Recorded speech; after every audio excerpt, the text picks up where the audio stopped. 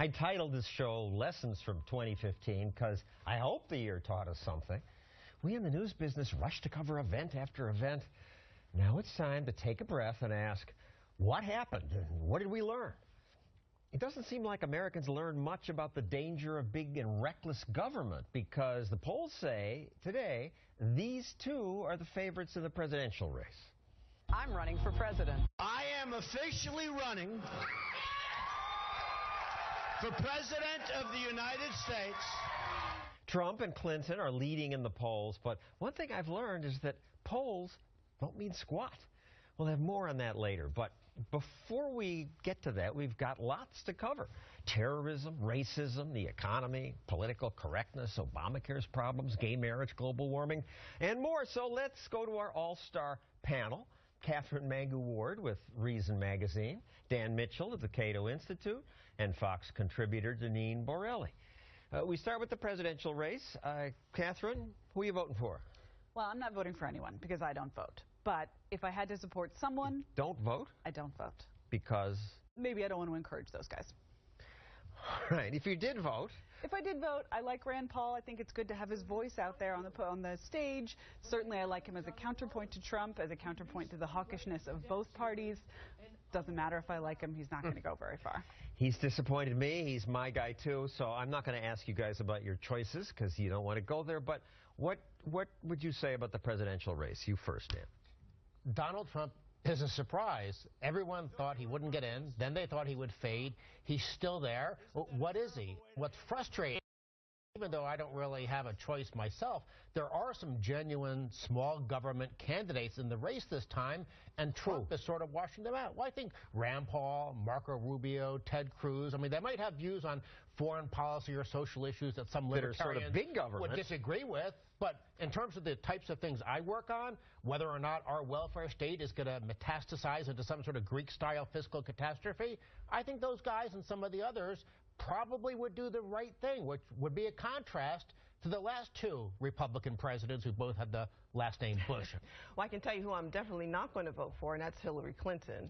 She's not credible, and she's been made out to, everyone knows that she's a liar. Over 60% of Americans don't trust the woman, so she has a lot of issues going on in her camp. Having said that, 60% don't trust her. Correct. But in the betting, which is much more reliable than the polls, she is above 50%. Yeah, well, you have to look at the fact that the news is not focused on her right now. They're all focused on Trump and the other candidates, so she's kind of hiding in the corner, waiting in the wings. She's getting a free ride. That's the genius of betting markets. They don't capture, do I like her? Do I think she should be president? They capture, will she be president? And the betting markets say yes. This is on johnstossel.com if you want to follow it. It updates every few minutes. It does show that she's way ahead, and on the Republican side, Marco Rubio is the front runner. Why is he way behind Cruz and Trump in the poll right now? Is that just because they're louder, they're brasher? People like the fact that Rubio is calm and has a good personal story, but ultimately, until we actually get to the caucus in Iowa, until we get to the New Hampshire primary, we're not going to know. And don't forget, at this time in 2008 and 2012, the people who were ahead in the contested caucuses in Iowa didn't win. I think when Republicans are, people have lives and they're thinking about food and sex and sports and food, and they get asked, who are you going to vote for? And they think, who's running? Oh, Trump. And they say Trump. But it's meaningless. It's certainly true that we are not living through the Giuliani presidency right now, which was predicted by polls early on. But I don't know about that because I talk to a lot of people, even folks in my church, and they're asking me all the time, gee, did you see what so-and-so said? Do you see what's happening? I think what Trump has done really has galvanized Americans to be focused more on the primaries and what's going on.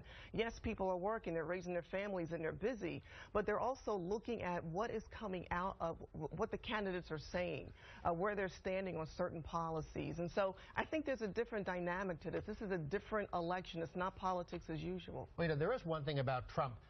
I'm not sure I'm confident he would do the right thing if he got elected, but he is channeling a lot of dissatisfaction with the status quo. And I definitely have dissatisfaction with the status quo. So I'm glad Trump is raising a ruckus.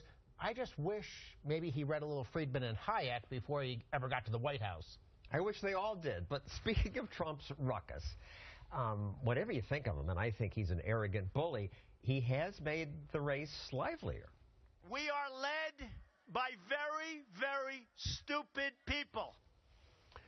You all agree with that?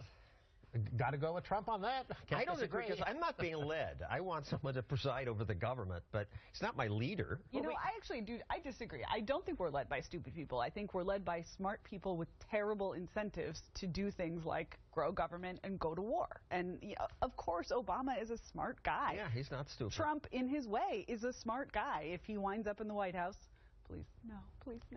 If he winds up in the White House, it won't be a stupidity issue. It's an incentives issue, and it's a lack of disincentives to do bad. A leadership issue.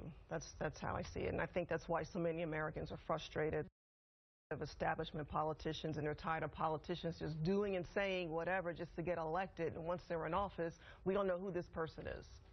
What do you mean a leadership issue? Do you want to be led by your president? No, president to be a leader. What does that mean?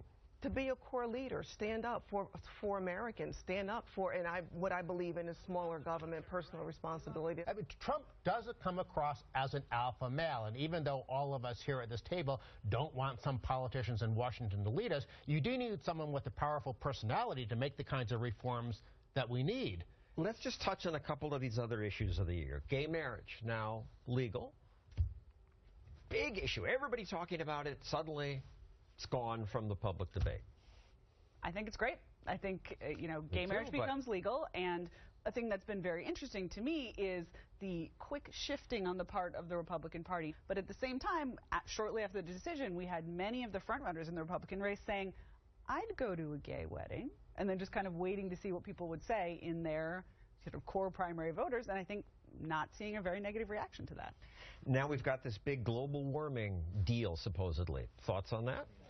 All that hoopla in Paris, and the agreement doesn't have any real teeth to it. And if you read the analysis from the reporter, it's all voluntary. It's all voluntary, and the Obama administration was actually fighting to make sure it stayed voluntary, probably not because they actually wanted to support free markets, but because they knew if there was something with real teeth in it, it would just completely blow up, be dead on arrival in Congress.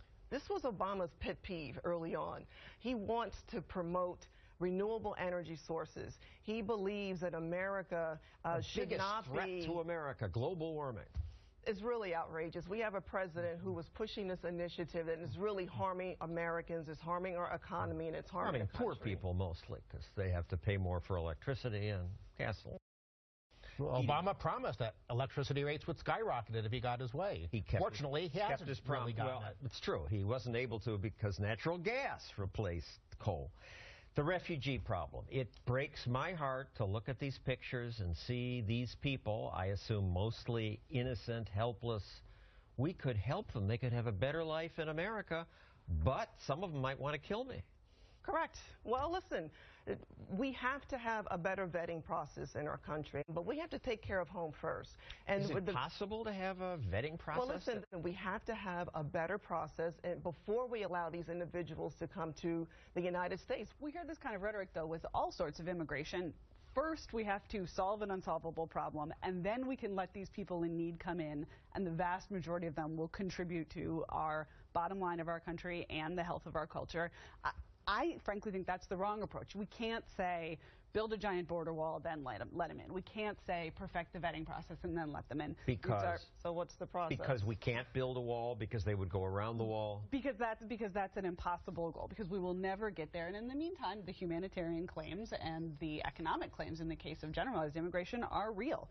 There is just vast good done, not only from the humanitarian perspective, but also from the economic perspective by those people who did. You have people who want to kill us, and they are using this to come into our country. They're using our laws against us. They're using our sympathy against us. This letting is that tiny number of people who want to kill us gone wild. Meanwhile, we have 14 Americans that were slaughtered because they happened to go to work that day and go to a Christmas party. But we can't say throw up a big wall and keep everyone out until we solve the problems of political correctness and bureaucratic inefficiency. Process, because right now it's not working. Let me be the moderate, in-the-middle voice here. There are a couple of things on the margin we could do.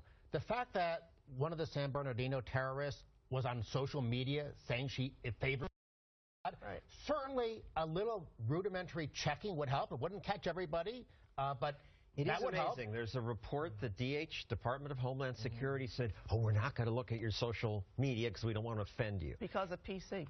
But there are also similar reports from someone at Cato actually saying, I don't know that that's true because I have contacts where people were checked. So who knows what the truth is. Another thing that we could do is, if we bring people in, we need to reform the actual refugee program itself, because what it does is it channels a lot of these people into welfare dependency. We've seen that with the Somali community in Minnesota, and they actually have been sending people back to fight for, I think it's Al-Shabaab, Islamic terrorism. So you bring people into the country, you trap them in welfare dependency, and young men with nothing but time on their hands, that's usually a recipe for trouble.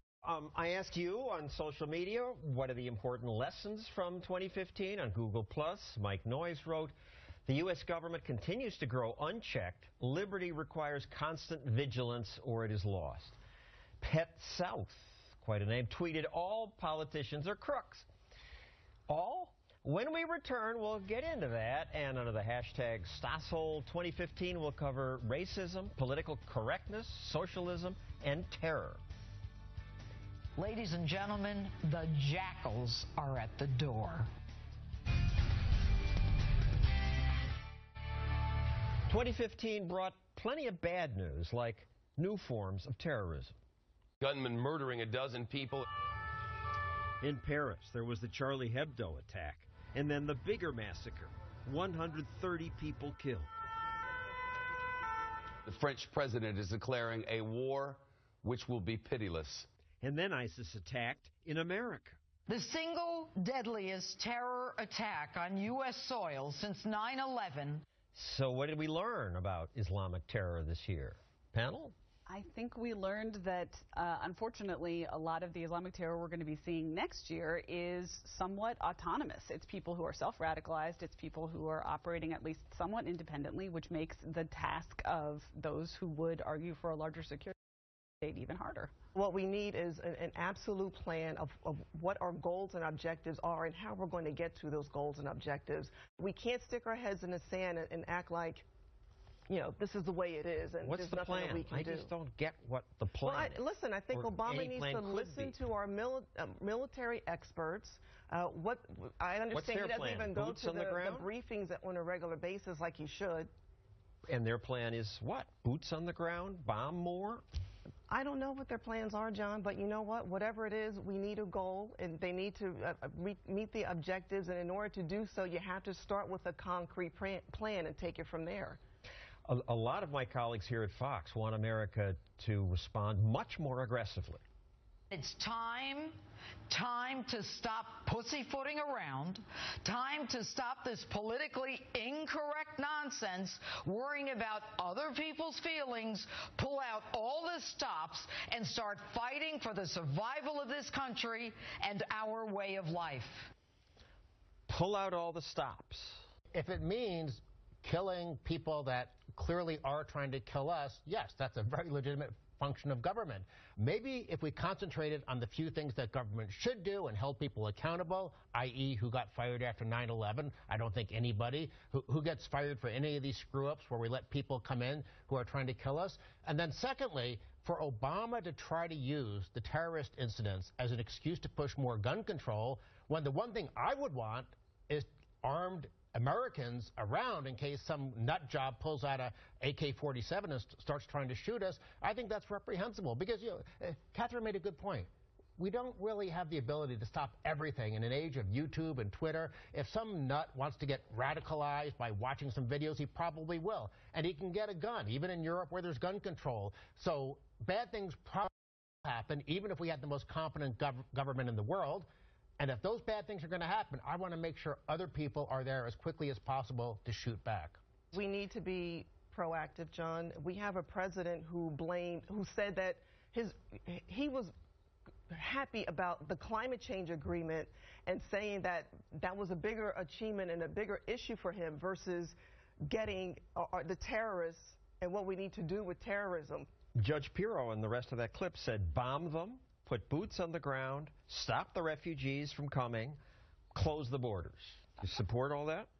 I know you guys don't.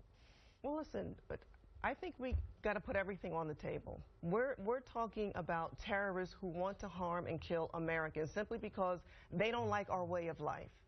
And this is America. We're about freedom, and they are using our freedoms against us. Not because they don't want our way of life. Maybe there is a jihadist here and there. They hate our way of life. But the people killing us say the reason they're killing us is because we are in their country. I think that's part of it.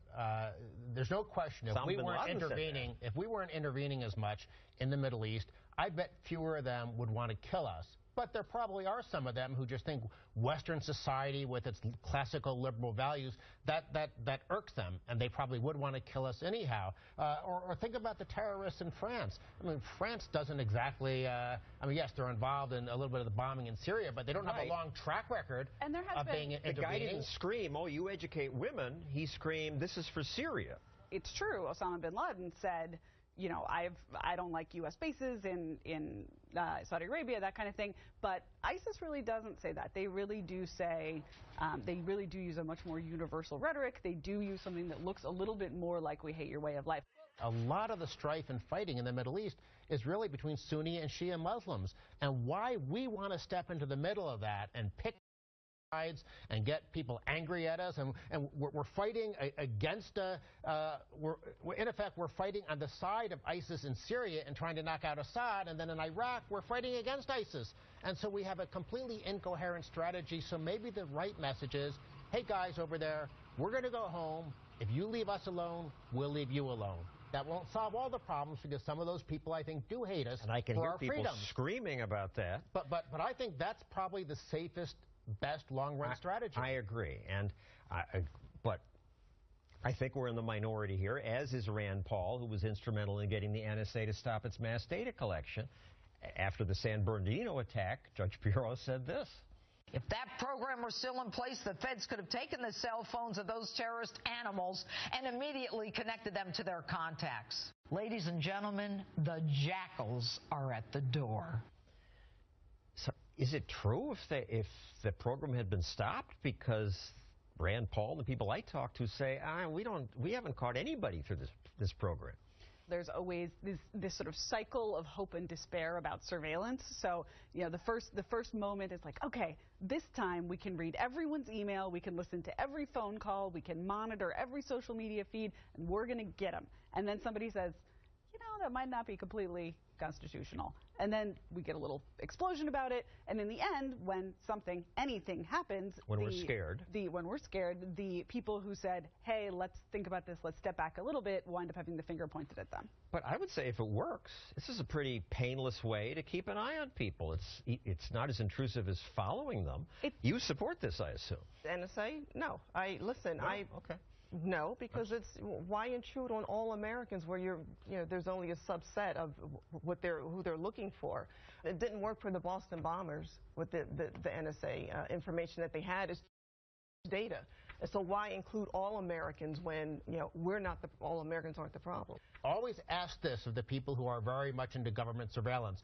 Give me some evidence that what we're already doing is working, and then maybe I can be convinced to do more of it. It's secret. We can't give you this evidence. Well, there's strong evidence that what we're doing is working to catch people who use and sell drugs, to catch people who buy and sell sex. There's absolutely a broader net just not terrorists. But terrorists, not so much. One closing note from social media. Jamie Howell tweeted, despite over-reporting of terror attacks and crime, terror and murder are declining. That is true, and a good point. We'll have more on that and what the panelists say were the best stories of 2015 later in the show.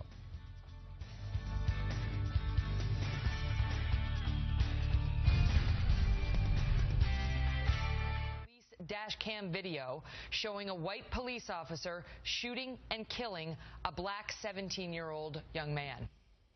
People are justifiably upset that in Chicago, a police officer shot that teenager 16 times. The only weapon the boy held was a small knife, and the video does not show that he was posing any threat to the officers. He may have been walking in the other direction. Making things worse, Chicago officials wouldn't release this video until a court forced them to. It was more fuel for this year's Black Lives Matter movement. Its advocates say things like this. The lives of black folks, both black Americans and black immigrants and black people all over the country, have been unfairly targeted for demise. Targeted for demise. Really? Back with our panel, Janine? Yeah, this whole movement really is doing a disservice. They're trying to make any minorities, black Americans, out to be the victim and make it the us versus them. This goes back to the whole Michael Brown and the whole hands up, don't shoot, which was a lie because that was a lie. But otherwise, don't they have a point? An offshoot from that. Haven't there been a lot of police officers? Well, that's two different dynamics, though, John, because they're trying to paint the picture that this is something that it's police all the time. The police is always wrong. When you're looking at these urban communities, a lot of them are on fire because there are not opportunities in these communities. I know a lot of police officers. They are some hardworking men and women. They're doing the right thing. They're not setting out on a daily basis thinking how many black guys I'm going to shoot today. Dan, the Cato Institute, where you work, has this worst police abuse of the month blog, and there's some horrifying stuff on it. I tend to look at this issue through the prism of public policy. Well, if we didn't have the drug war, wouldn't that solve a lot of these problems? Yes. If we didn't have local communities trying to do indirect tax increases by increasing fines and putting pressure on the cops to try to do this harassment of people. You think of the guy Garner who got killed in New York City. It was because cigarette taxes were so high and we were selling these singles. I mean, for people to die for stupid government enforcement, revenue collection tactics, that's really outrageous. Progressive policies are failing these urban communities. The High welfare taxes, state. right.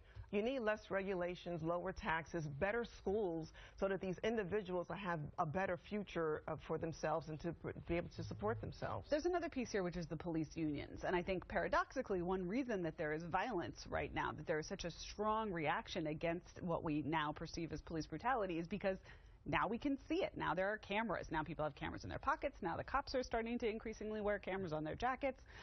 Which is a good thing. Which is a good thing. But what we're seeing is that probably this behavior was, if anything, more prevalent in the past. But police circle around their own. And while it is, of course, true that the vast majority of cops are good people, police unions have long gone out of their way to stop discipline of those bad apples. And I think that's something that we don't get fired. Hopefully we'll see change. This year, Black Lives Matter protesters interrupted speeches given by presidential candidates. Here they go after Hillary Clinton. Using nonviolence, using the power of the feelings that come forward. And yes, they do. Yes, they do. Hillary smiles and continues her speech, raising her voice to pander to the hecklers. Race still plays a significant role in determining who gets ahead in America and who gets left behind. Janine, I ask you as a black person.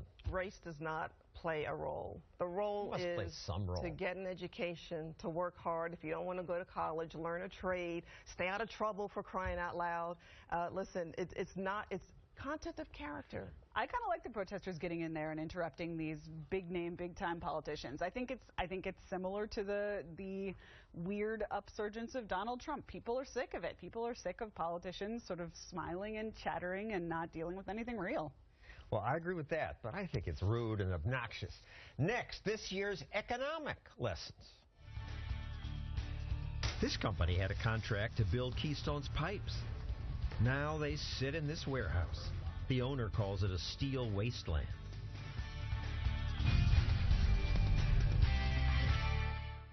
To the billionaire class, you can't have it all. Preparing this show, reviewing the news of the year, I'm struck by how today's news often makes us forget what was big news just a few months before. Early this year, the big news was something no one's talking about now, the Greek financial crisis, and also the surge in popularity of socialist Bernie Sanders, who wants to turn America into Greece. I, as president, will fight to make tuition in public colleges and universities free. Free stuff. People like that. Everybody likes free stuff. Nobody wants to pay for it. And when you have an entire society organized around the premise that we're all going to have our hands in each other's pockets, that in effect is the recipe that gave us Greece. And even though it's faded, the problem hasn't gone away. The demographics are there, the entitlement state is there, and the long-run prognosis is very, very grim because you're eating away at the social capital of a people, destroying their self-reliance and their independence. The other big issue that sort of briefly has gone away but will come back is income inequality. It is true the rich have gotten much richer than the poor. It's true that there are disparities in wealth, and of course that if you look next door and you see that the other guy has a bigger car or a bigger house, you're going to feel bad about it. At the same time, I think there was actually just a Pew report that came out showing that the middle class was shrinking a little bit, and everyone panicked. But the upper class, the top quintile, is actually growing and has been growing over the last several decades more quickly. The middle class was moving into the upper class. The middle class was getting richer. Some were going down, right, but more were going up. Right. And some rich people were getting poor, by the way, which is something nobody talks about. Well, listen, Americans want to be able to work and raise their families, and they don't want the boot of government on their neck. The Democrats say government isn't a boot on your neck. It's a helping hand for the poor, hence the minimum wage. Government has helped the people of Europe into stagnation. Italy has not had any growth in the 21st century, and I don't expect that to change anytime soon. So ask yourself, do you want we're going to take care of each other, give each other free stuff society like Italy, or do we want a society where the inequality you get is because some people get better off faster than others? It should be an easy choice. One big economic story this year was environmental regulation on steroids. Some of the president's plans were squelched by courts or Congress, but others succeeded. He did delay and then kill this year the Keystone Pipeline, thereby destroying jobs and lots of money. This company had a contract to build Keystone's pipes. Now they sit in this warehouse. The owner calls it a steel wasteland. You know, you can see the dust that's collected over the years. There's probably $3 to $4 million sitting here. Why any company would want to build in America when you wait 7 years and then get turned down? Sure. I don't know. Well, it's unprecedented how this president has been able to kill an industry, and that's the coal industry. Remember, before he was first elected, he wanted electricity prices to skyrocket, and he wanted to bankrupt the coal industry, and he's met that objective. We have a chart of how the stocks have gone down. It's unbelievable, and you know, the government has killed an industry. So what? It's a filthy industry. We can get energy from natural gas. Well, tell that to the coal miners, who this is all they know, this is all they do, who work hard and they're supporting their families, and they've been decimated, and it's heartbreaking to see them when they lose their job, because what else are they going to do in these communities? These communities are ghost towns. At the same time, though, the administration is completely schizophrenic about, for instance, heavily subsidizing very carbon-intensive industries like the airline industry. So we have the Exim Bank, which has been a real controversy this year, and a great look, by the way, at... And got restored. It's cutting even just the smallest, most obviously corrupt crony capitalist institution. Still basically didn't happen, and that's just giant chunks of money taken from the American taxpayer and dumped into the hands of Boeing. When I asked those of you who follow me on social media what news story in 2015 should teach us something, Earl Hutchinson on Google Plus replied, the failure of Obamacare. So it hasn't totally failed, but now the leaks are showing. I think this is great news. I mean, not great in the sense that people's health care plans are being ruined. Insurance companies are going like bankrupt. But it's great news in that Obama is teaching the entire country that big government doesn't work very well. So then the question is, now that we know it doesn't work very well, will we ever get some people in Washington who'll decide to roll it back a little bit? But at least do you think it teaches people this? No. I think they'll just bail them out. Your optimism is so charming. I wish that I shared this idea that, like, oh, this time I'm going to get a pony under the Christmas tree, too. Yeah, it is. I swear, the pony's coming. No, I mean, the idea that people would look at Obamacare after having witnessed what I think are similar failures of many other similar big government programs and say, oh, you know, this time I got it now. We'll tinker with it. We'll fix work. it.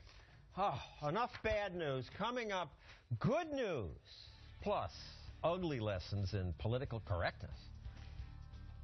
Then why the did you accept the position? Who the hired you?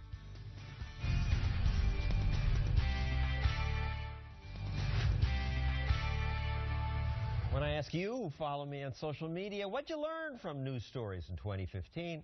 On Facebook, Will Brownell wrote, "We're way oversensitive to issues of race, ethnicity, and so forth. Where'd our sense of humor go? There's a difference between hatefulness and good-natured poking fun." Paul Cochran added, "This was the year of being offended." And it sure was on campuses. University of Tennessee students were told, don't use him or her, use gender-neutral words like zer and her. Really? Things have gotten so bad that even President Obama told students, stop trying to shut debate down. If you hear something you don't like, you should have an argument with them.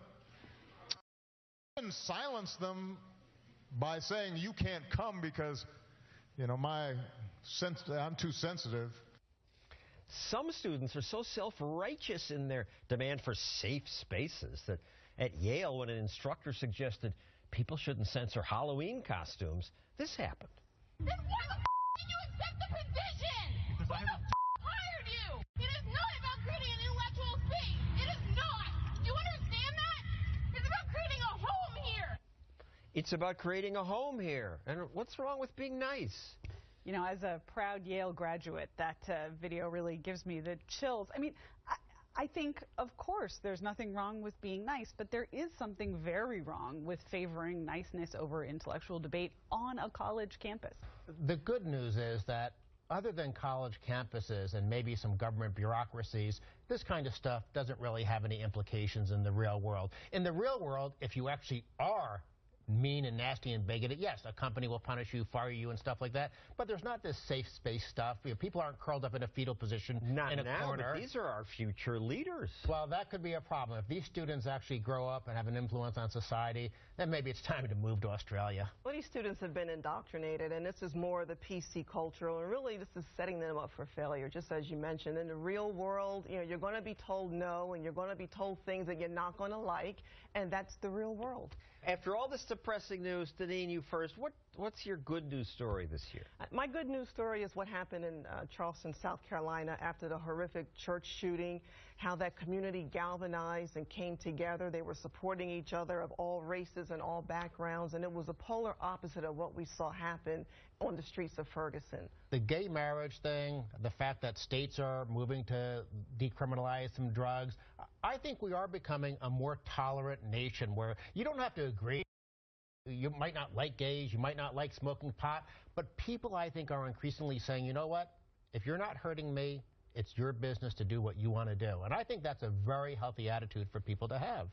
It sure is. I hope that continues to spread. Catherine? My good news of 2015 is the good news of every year, which is the amazing growth of technology in the private sector. And in particular, I want to single out CRISPR technology, which is something we're going to hear a lot about in 2016. Remember this when... is not where you put the vegetables in. No, although, you know, it's great that lettuce is crispier now than it used to be, too. But, no, this is... Remember when word processing software, when cut and paste became a thing, and you didn't have to retype the sentence? So this is that, but for genes. Basically, kids are going to be able to do gene editing in their bedrooms in a little lab very, very soon. And I think edit their own genes and change their bodies? I think that may be a little ways off, but certainly on an experimental level, you know, trying out new genetic combinations and mostly vanquishing disease. Won't some conservatives say this must be banned? This is tampering with nature. Yes, some conservatives will always say that, and they will always be wrong.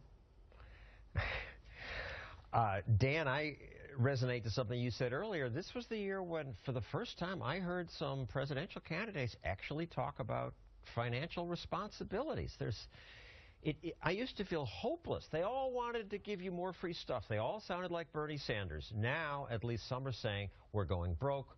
We have to cut some things. Do people actually have a sense that I should be responsible for my own life?